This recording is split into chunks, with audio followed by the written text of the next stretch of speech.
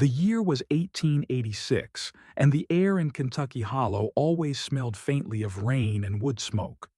Every Friday, without fail, the church bell tolled at noon, slow, heavy, and solemn. The sound rolled down the hills like thunder, and the townsfolk stopped what they were doing. Men would lower their hats. Women would whisper prayers. Children, even the rowdiest, went silent. For every Friday, the town buried someone. Not one Friday had passed in 7 years without a funeral. The outsiders who passed through the hollow would call it cursed, a place where death had settled like fog and refused to leave. But to those who lived there, it was simply routine.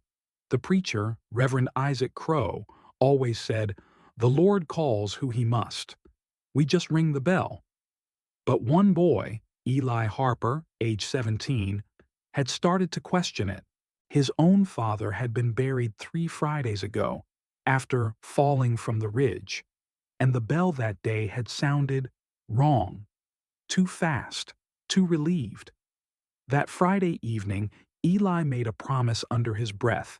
He would find out why Kentucky Hollow held a funeral every Friday, and who was really keeping that bell ringing. The following Friday, a stranger rode into town, a quiet man with a black horse and a federal marshal's badge tucked inside his coat. He called himself Marshal Abner Pike, though few believed that was his real name. He came to the general store asking strange questions. Who keeps the death records? Where's the cemetery ledger? Who decides where the bodies are buried? The storekeeper, old Martha Lou, gave him a cold look. "We don't ask questions like that here, Marshal. Best you learn our ways if you mean to stay." But Eli overheard the talk, and later that evening, when Pike stopped at the inn, Eli slipped him a note. "If you really want to know what's happening, meet me by the river after dark." That night, beneath the soft hum of crickets, they met under the wooden bridge. Eli told him about the funerals, about how people died of accidents that never seemed real, drownings with no bodies, fires with no witnesses, fevers that took only the ones who questioned too much. Pike's eyes hardened. "Son, I've seen towns like this before. They don't die from disease. They die from secrets." And from that moment, the two became allies. One chasing truth, the other chasing peace for a father's grave. The next Friday's funeral was for widow Maybelle Crane, who, according to Reverend Crow, took her own life in despair. But Eli noticed something strange. Maybelle's coffin was closed, nailed shut before the procession, and the Reverend's hands shook when he sprinkled the soil. After the service, Eli and Pike waited until dark and crept to the cemetery. They unearthed the coffin just enough to pry open the lid. Inside, Maybelle's face was calm, too calm. Her hands were folded neatly, but beneath them lay a letter. Eli's breath caught as Pike unfolded the page. "If anyone finds this, please tell the world Kentucky Hollow is not what it seems. The dead are not resting." Before they could read more, they heard footsteps, heavy, deliberate.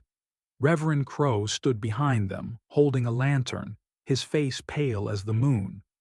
"Some graves," he said softly, "are better left closed." The next morning, the Reverend told the town that vandals had disturbed Maybelle's grave. He didn't name names, but Eli could feel every eye on him as he walked through town. That same day, the sheriff, Jonas Vick, a man with a crooked smile and a pistol always half drawn, came to Pike's inn room. "Marshal or not, you'll mind your business here. We keep our peace our way." Pike smiled faintly. "You mean your silence, Sheriff." That night, a warning shot shattered Pike's window. A note was pinned to the glass with a knife. "Leave before next Friday, or you'll be the one we bury." But Pike had seen fear like this before. It only meant one thing. The truth was close. And Eli? He wasn't running either. Not until he knew why his father, and half the hollow, had died in shadows. Eli remembered that the Reverend kept a small iron box in the church vestry, locked and never touched. It was said to contain the Book of Departed Souls. That night, while the town slept, Eli slipped through the back window with a lantern and a crowbar. The lock broke easy. Inside were old pages, brittle and brown. Names, dates, causes of death, but then something strange. Beside certain names, a small mark, a crossed key. Pike arrived just as Eli was flipping through. "Keys mean something," Pike muttered. "But what?" At the bottom of the last page, written in ink that hadn't yet faded, Reverend Isaac Crow, keeper of the gate. Before Eli could ask, the lantern flickered, and a shadow moved behind the pews. They froze. Someone else was in the church. The figure stepped into the light. Dr. Harlan Fitch, the town physician. He looked pale, sweating, his spectacles trembling on his nose. "You shouldn't have come here," he whispered. "You'll bring it on yourselves." "What?" Eli demanded. "Bring what?" Fitch hesitated, then said, "You think these people die natural? You think I signed all those papers by choice?" He swallowed hard, voice cracking. "They made me. Every week. Someone chosen for what?" Pike asked. But before the doctor could answer, the church bell tolled once, deep, echoing, though no one was there to ring it. Fitch went white. "He knows we're talking." And before they could stop him, he fled out into the rain. By morning, he was found dead, face down in the river. The Friday funeral bell tolled for him at noon. Pike was furious. "Every death ties back to that reverend," he said. "This isn't faith, it's control." But Eli found something in the ledger's margins. An old note that read, "Pact signed under the moon, 1879. 12 witnesses." Eli remembered his father once speaking of a drought that year, a time when crops failed and children starved. Maybe the town had made a deal. That afternoon he visited old Nora Beecham, one of the last folks alive from that time. Blind and bent with age, she whispered, "We begged for rain."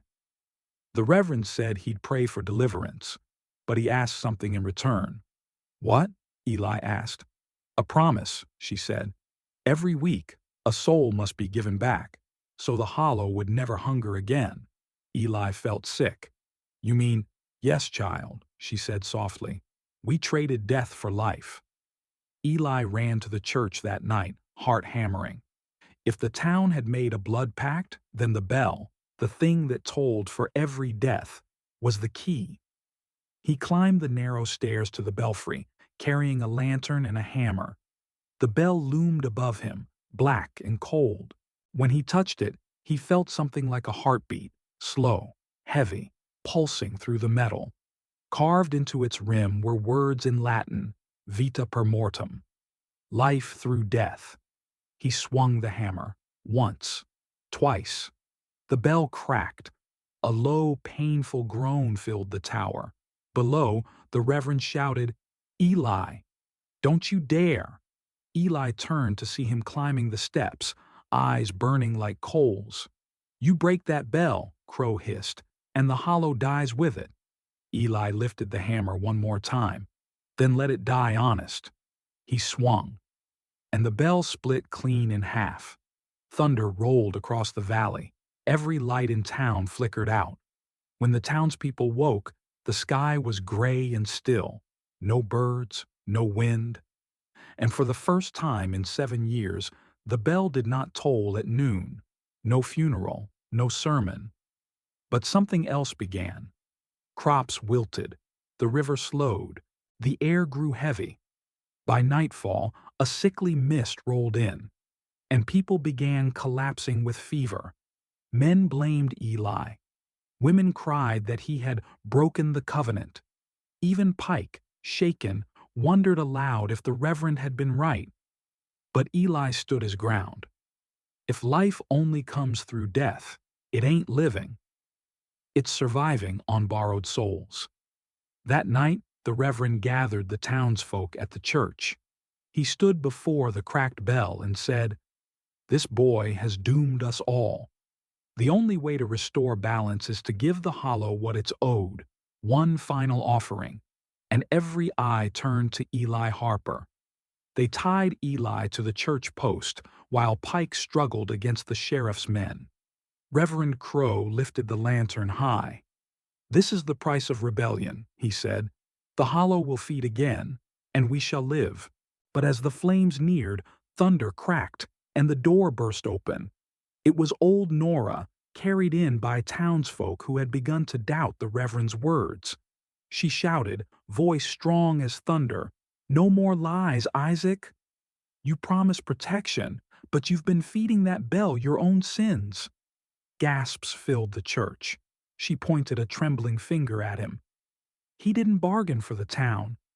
He bargained for himself, for eternal life in a dying place." The Reverend's eyes blazed. "She's delirious." But Pike stepped forward with the ledger. "Then why," he said, "does your name appear every 7th page, next to every death with the mark of the crossed key?" The Reverend's mouth opened, then twisted into a snarl. "Because I am the keeper. Without me, you all perish."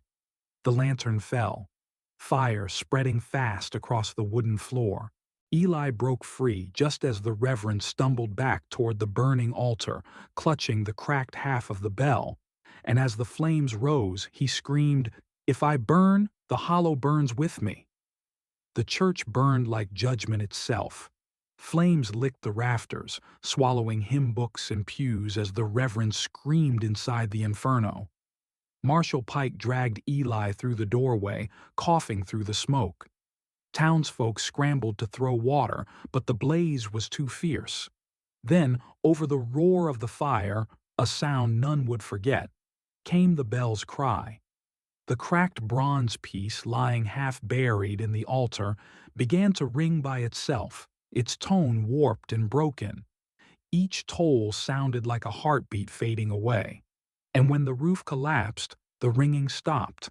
In that silence, the townspeople fell to their knees, not in prayer, but in dread, because for the first time in memory, the Reverend did not walk out of the fire, but even as the ashes cooled, Eli felt no peace. For in the glow of the embers, he saw something impossible. The Reverend's shadow still moving across the wall long after his body was gone. The fire took the church, and with it, the bell that had ruled the hollow. Days passed without a funeral, but without life, too. The crops failed faster now. The wells soured. Chickens refused to lay. It was as if the town itself were exhaling for the last time. Pike and Eli walked the ridge where the wind used to hum through the trees. Now it was silent. "You think it's over?" Eli asked. "Not yet," Pike said quietly. "The deal was made in blood, not fire. And blood remembers." That night, Eli dreamed of the Reverend standing beside the broken bell, whispering, "Every promise demands its price." When he woke, there was soot on his hands, and the faint sound of a bell tolling from underground. Following the sound, Pike and Eli hiked to the Old Ridge Cemetery, where the oldest graves lay. Under a rotted oak, they found a small stone door built into the hillside, half buried by time and moss. Eli brushed the dirt away. Carved above the lintel were the same words from the bell, "Vita per mortem," life through death. Inside, the air was cold and damp. Candles lined the tunnel walls, all freshly burned. At the end was a small underground chapel, and in the center stood an altar, blackened, with a smaller replica of the bell, whole and gleaming. Pike whispered, "He didn't die. He just moved." The altar beside the bell was a ledger, open to a blank page. The ink pot beside it was still wet, and written faintly at the top of the new page, "Eli Harper." Before they could move, a voice echoed through the tunnel, low, steady, and familiar. You took my bell, Eli, so now you'll take my place." The Reverend stepped from the shadows, face pale as ash, his black coat untouched by soot. His eyes glowed faintly, like dying coals. "You think you freed them? Number. You just broke the chain that bound me to this earth. Now I'm untethered." Pike drew his gun. "Not for long," the Reverend smiled. "Bullets don't kill what's already claimed by God." He lifted a hand and the candles flared. On the wall, Eli saw the shadows of everyone ever buried in the hollow, standing in silence behind the Reverend, waiting. "Every promise demands its price," Crow whispered again, "and your father's debt was never paid." Eli's heart stopped cold. "My father?" The Reverend nodded. "He was one of the first to sign the pact. He offered a life, yours." Eli fell to his knees, shaking. All these years he'd mourned his father as a victim, but he was one of the 12 who began the curse. The Reverend held out the quill. "Sign your name, Eli. Take your father's place. One soul for the town. That's all the hollow asks." Pike stepped between them. "No deals. Not anymore." He kicked the altar, sending the replica bell crashing to the floor. The sound split the air like a scream, and the candlelight turned red. The Reverend staggered back, eyes blazing with fury. "You can't destroy what was bound in faith." But Eli, remembering the widow's letter and the words she wrote, "The dead are not resting," realized something. It wasn't faith that bound the town. It was fear. And fear could be broken. He shouted to Pike, "The bell's not the curse. The belief is." Then, raising the fallen bell high, Eli smashed it against the altar. It shattered in a flash of white light. The Reverend screamed, and the shadows behind him began to fade. The next morning dawned bright, clear skies for the first time in months. The river sparkled. The wind carried birdsong again. The people of Kentucky Hollow woke to find their crops green, their wells sweet, their hearts lightened. There was no funeral that day, nor the next, nor the next. Pike and Eli stood by the ruins of the old church. "You broke the curse, son," Pike said. "No," Eli replied quietly. "We all did. When we stopped believing we had to die to live." But deep down, Eli wondered, had the Reverend truly been destroyed? That night, as he walked home past the cemetery, he saw one grave with fresh soil and a single black feather resting on top. A week later, Pike prepared to leave the hollow. He handed Eli a folded paper, the widow's letter they'd found that night in her coffin. "Keep this," Pike said. "Reminds you that truth's worth digging for, even if it buries you in the process." But as Eli unfolded it, he noticed something new. Faint writing on the back, revealed by the fire's heat. "If the bell falls silent, the hollow must remember. Forgetting is the door that lets it back in." That night, Eli couldn't sleep. He walked to where the church had stood, now a field of charred stones. The moonlight glinted off something half buried in the dirt. He bent down and found a fragment of the original bell still warm to the touch. He whispered, "I remember." The fragment gave a faint metallic hum, like a heartbeat. Months passed, and Kentucky Hollow began to live again. The town rebuilt, stronger and kinder. Children played in the fields. The laughter that had long been absent filled the air once more. One day, Eli called a town meeting in the square. He lifted the broken fragment high. For years, this sound meant death. But it doesn't have to anymore. With the help of the townsfolk, he recast the metal into a new bell, smaller, silver, and pure. When it rang for the first time, the note was clear and bright, not mourning, but hope. Eli declared, "From now on, this bell rings not for the dead, but for the living." And so every Friday at noon, the bell tolled once again. But this time, it was not a funeral. It was a celebration of survival. Years later, in 1892, a traveler rode into Kentucky Hollow. He was older now, his face lined, his badge long retired, Abner Pike. He found Eli standing by the church, now rebuilt in white oak, the silver bell gleaming above. Pike smiled. "You kept the peace, son." Eli nodded. No funerals in 6 years. But Pike's eyes drifted toward the forest line. "Then you might want to keep it that way." Some things don't die easy. That night, as the wind howled through the pines, Eli swore he heard a faint, distant toll, not from his bell, but from under the ground. 3 slow rings. And just for a moment, the lights in every house flickered, as if the hollow had taken a breath again. Winter came softly that year. Snow fell on the hills, quiet and clean. Eli, now older, walked the ridge where it had all begun. He looked down at the town, children playing, smoke rising from chimneys, laughter echoing. He whispered, "We turned our curse into a calling." Then he set a small lantern at the base of a stone marker, the only thing left of the old church.